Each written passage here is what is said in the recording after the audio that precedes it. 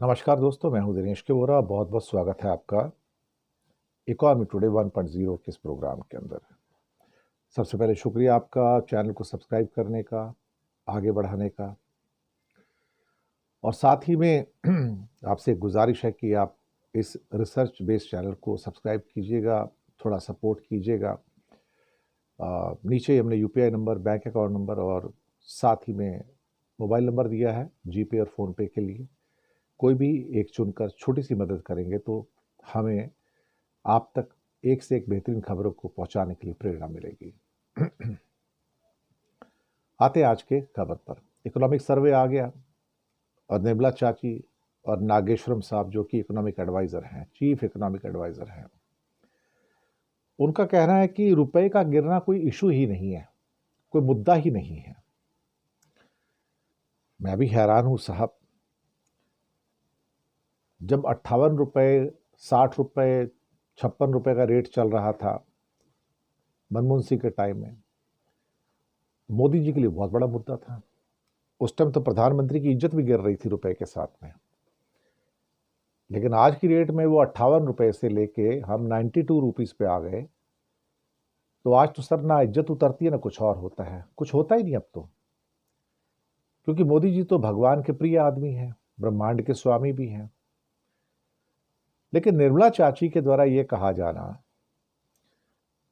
कि रुपए का गिरना कोई मुद्दा ही नहीं है, कोई इशू ही नहीं है, तो और साथ में जो बात संजय मल्होत्रा आरबीआई के गवर्नर ने पिछले हफ्ते कही एक इंटरव्यू में, वही बात इकोनॉमिक सर्वे के अंदर नागेश्वरम साहब ने भी कही और इंटरव्यू में कही कि रुपए का गिरना कोई मुद्दा ही नहीं है। आप किसी भी देश की अर्थव्यवस्था को उसके रुपए की हालत से जज नहीं करना चाहिए आपको, वो उसका पैरामीटर ही नहीं है। समझ में नहीं आता कि अर्थव्यवस्था का मतलब क्या होता है। अर्थव्यवस्था का मूल होता है अर्थ। अर्थ का मतलब होता है पैसा, मनी। यानी कि जो मनी आपको चला रहा है, इस देश को चला रहा है, उस मनी के नाम पे आप हमसे टैक्स लेते हो, उस मनी से आप डॉलर खरीदते हो ताकि बाहर से चीजें मंगा सको, और आप कहते हो कि उस मनी का गिरना, उस करेंसी का, मुद्रा का गिरना कोई मुद्दा ही नहीं है, कोई इशू ही नहीं है। बेशर्मी की भी हाइट होती है ना, ये तो दोनों ही क्रॉस कर गए हैं।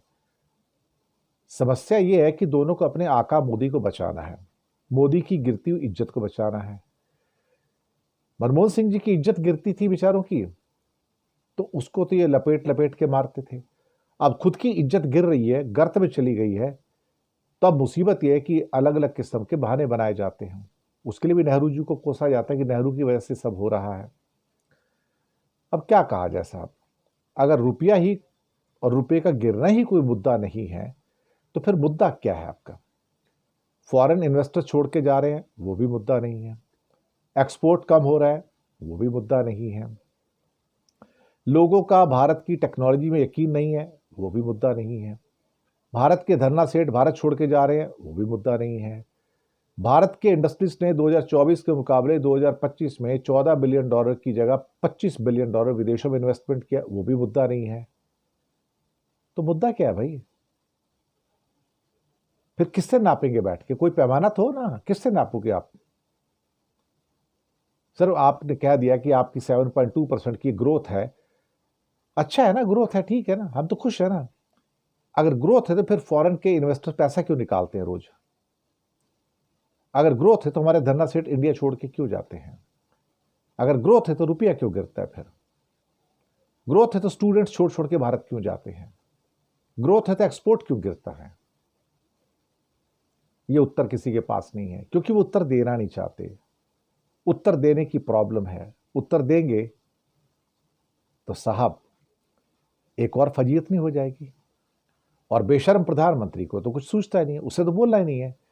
आपने कब उसको 2014 के बाद बोलते हुए सुना कि रुपया गिर रहा है, रुपया गिर रहा है? कभी सुना आपने प्रधानमंत्री को? He is a shameless prime minister who will not speak, which is going to decry him, and in kind of self condemnation कौन करता है भाई? That is the major problem. शुक्रिया आपका।